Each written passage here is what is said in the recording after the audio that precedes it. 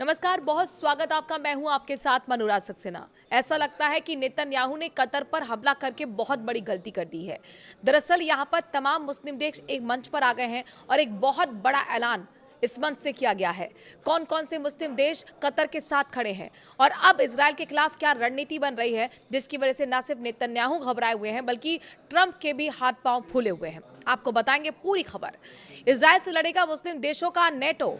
Qatar की Islamic summit में साझा सुरक्षा तंत्र पर जोर दिया गया है और बड़ा फैसला भी लिया गया है। दरअसल कतर में सोमवार को अरब और इस्लामी देशों के नेताओं का शिखर सम्मेलन आयोजित किया गया है। बीते हफ्ते हुए इजराइल के हमले के बाद कतर ने ये इमरजेंसी समिट बुलाई थी। समिट में दोहा में हमास नेताओं पर हुए इजराइल के हमले का एकजुटता से जवाब देने की कोशिश की गई।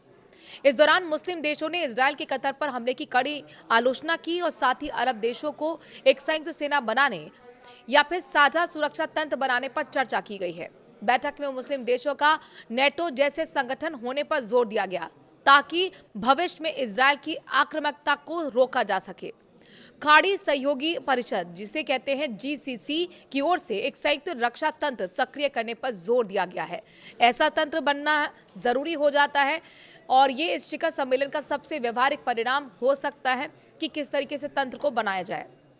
जीसीसी देश जैसे कि Bahrain, Kuwait, Oman, Qatar, Saudi Arab और संयुक्त अरब अमीरात ने सदस्य देशों की सुरक्षा चिंताओं को दूर करने के लिए रक्षा समझौता किया है।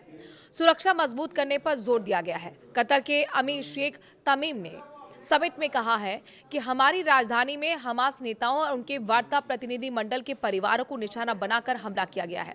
ये दिखाता है कि इजराइल सरकार अहंकार में है और किसी भी अंतर्राष्ट्रीय नियम को नहीं मान रही है। इजराइल जो कह रहा है वो खतरनाक है। उसे रोकने के लिए हमें ठोस कदम उठाने की जरूरत है।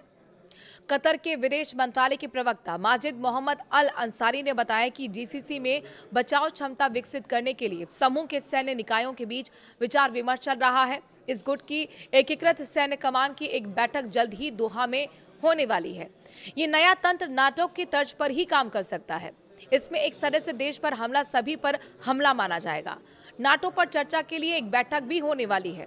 अंसारी ने अल जजीरा को बताया है कि संयुक्त बयान में स्पष्ट रूप से दोहा में उच्च कमान की एक बैठक बुलाने का आह्वान किया गया है। जीसीसी देशों की सुरक्षा और संयुक्त सुरक्षा सुनिश्चित करने के लिए आगे के कदमों पर चर्चा के लिए बैठक होगी। अंसारी ने कहा कि एक साझा और मजबूत सुरक्षा तंत्र खड़ा करने को लेकर जीसीसी एक मत है। इस पर भविष्य में बड़ा स्पष्ट फैसला हो सकता है।